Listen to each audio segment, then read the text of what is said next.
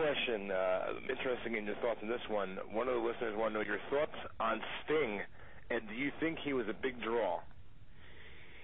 My thoughts on Sting, well, obviously he was a big draw. As a matter of fact, Sting and Hogan on that pay-per-view, I forget which, for WCW, probably drew the biggest buy rate of any WCW pay-per-view ever. I think that Sting was a great talent. He became an icon.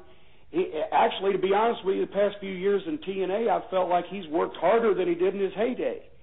I don't know that Sting was ever a draw on his own, but I think when he was matched with guys like Flair or like Hogan with the right build and et cetera, that he came through and he performed. Let's face it, Sting was never, and I think he will admit this, he was never Lou Thez or Ric Flair as a performer, but as a personality, he got over in a big way, and he needed an antagonist to work against as the protagonist. So that's why they make wrestling matches.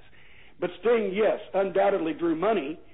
It's just a question of, I think a lot of people now are looking at him like, well, Sting, why don't he quit? Why, he's hanging on. Once again, the guy has thought retirement every year for the past 3 or 4 years, and they keep throwing more money at him to keep him around, and he'd be a fool to turn it down.